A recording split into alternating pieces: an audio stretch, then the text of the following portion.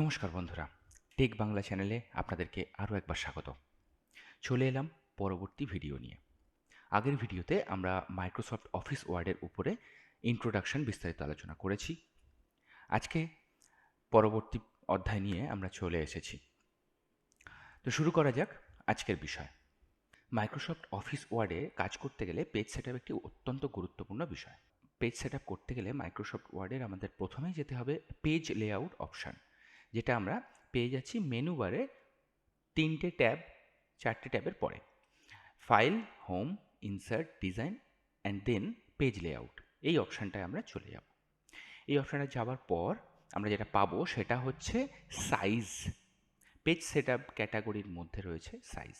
এই সাইজ থেকে আমরা সিলেক্ট করব আমরা কোন ধরনের পেজ নিয়ে কাজ করব।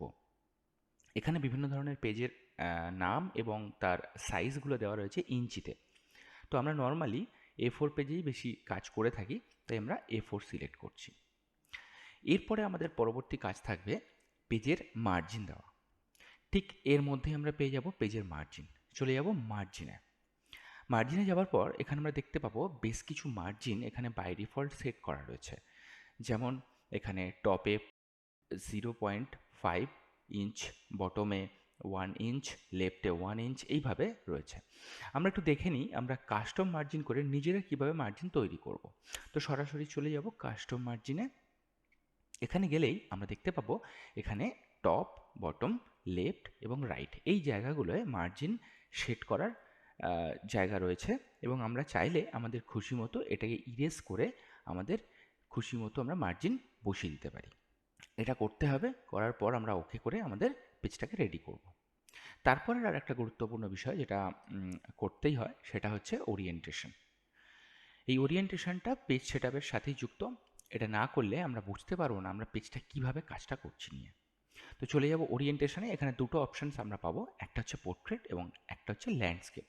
তো আমরা যে মোডে কাজ করতে চাই বা যেভাবে পেজ নিয়ে সাজাতে চাই, যেভাবে পেজে কাজ করতে চাই, সেটা আমরা এখান থেকে সিলেক্ট করে নেব।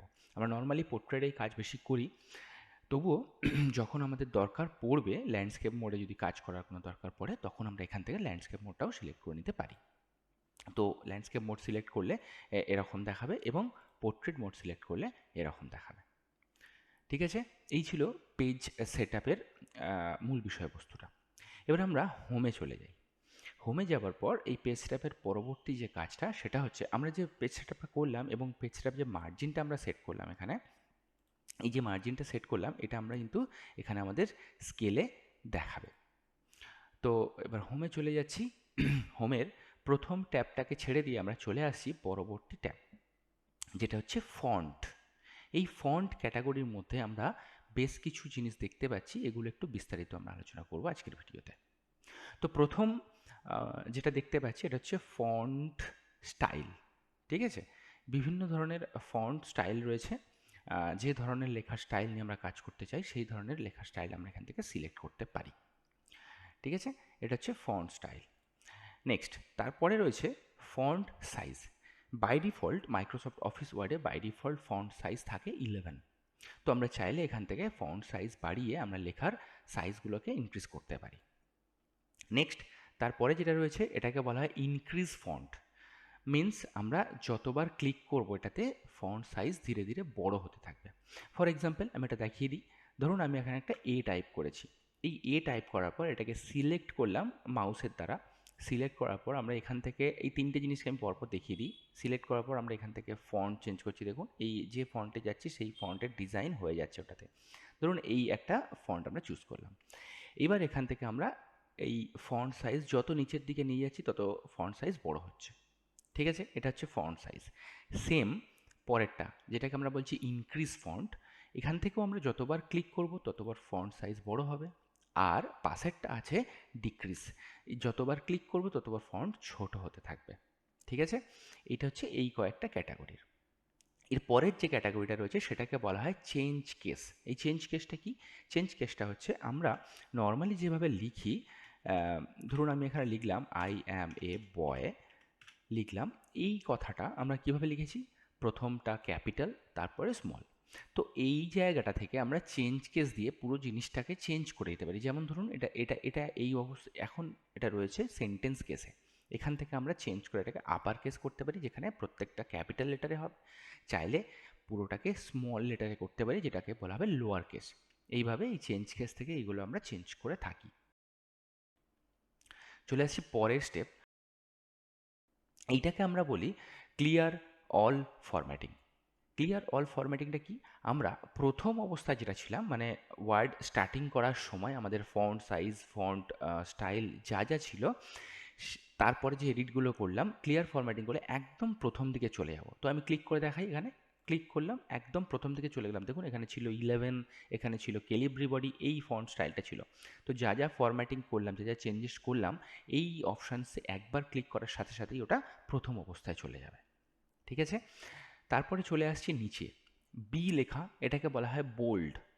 এখানে যদি ক্লিক করি লেখাটা একটু বোল্ড হবে। আমি একটু লেখাটা বড় করে দেখাই, বড় করে দেখাই। এটা হচ্ছে লেখাটা বোল্ড হবে। দেখুন পাতলা হচ্ছে আবার মোটা হচ্ছে, বোল্ড হবে। তারপরটা হচ্ছে ইটালিক স্টাইল। এটাকে যদি আমরা ক্লিক করি লেখাটা একটু বাঁকা টাইপের, ইটালিক স্টাইল বলে এটাকে, বাঁকা টাইপের হয়ে যাবে। দেন পরেরটায় হয়েছে আন্ডারলাইন। পরেরটা যখন আমরা ক্লিক করব তখন এখানে হয়ে যাবে কি, লেখার নিচে একটা আন্ডারলাইন চলে আসবে। ঠিক আছে?